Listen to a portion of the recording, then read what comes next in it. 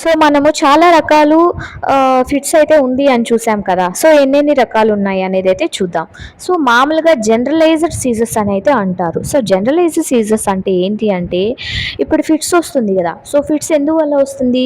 Something wrong with the brain అన్నమాట. So causes ఏమున్నాయి already చెప్పాం కదా. ఒక మనిషి బైక్ నుండి కింద పడ్డాడు, తలకి గట్టిగా తగిలింది, బయట బ్లడ్ ఏం రాలేదు, కానీ లోపల వచ్చి ఈ న్యూరాన్స్ అనేటివి దెబ్బతిన్నాయి. అలాంటప్పుడు ఏమవుతుందంటే, ఈ ఫిట్స్ అనేది, ఈ న్యూరాన్స్ అనేది రెండు సైడ్లు, లెఫ్ట్ బ్రెయిన్ రైట్ బ్రెయిన్ అయితే ఉంటుంది కదా.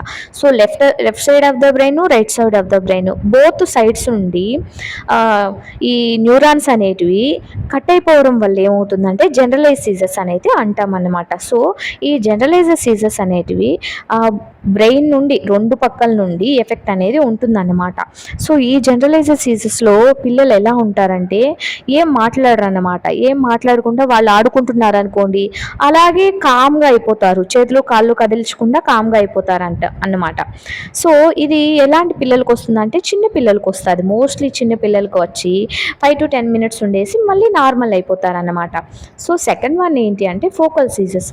ఫోకల్ సీజర్స్ ఎలా ఉంటాయి అంటే, మనం ఇప్పుడు జనరలైజ్డ్ సీజర్స్లో ఏం చూసాము, బ్రెయిన్ అనేది రెండు సైడ్ల నుండి న్యూరాన్ ఎఫెక్ట్ అయినప్పుడు, దెబ్బతిన్నప్పుడు ఏమవుతుందంటే, సో బ్రెయిన్ ఫిట్స్ అనేటివి వస్తాయి. సో పిల్లలు కామ్గా ఉండి మళ్ళీ వాళ్ళ పని వాళ్ళు చేసుకుంటారన్నమాట. సో ఈ ఫోకల్ సీజర్స్లో ఏమవుతుంది అనేసి అంటే, వాళ్ళు ఒక సైడ్ ఆఫ్ ద బ్రెయిన్ ఒక సైడ్ నుండి దెబ్బతింటుందన్నమాట.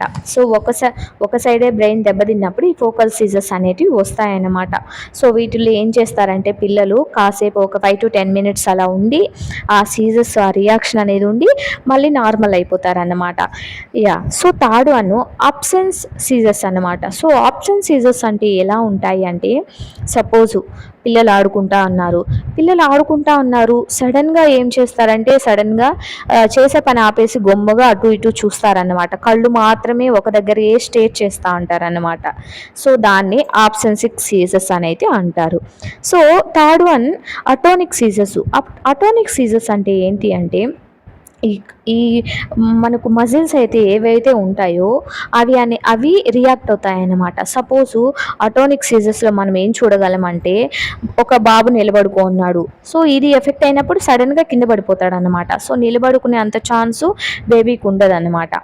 And one more thing, chronic seizures అంటే ఏంటి? క్రానిక్ సీజర్స్ అంటే బాడీ అంతా షేక్ అయిపోయి కింద పడి కళ్ళు తిరిగి పడిపోతారనమాట. సో వీటినే టైప్స్ ఆఫ్ సీజర్స్ అయితే అంటామన్నమాట.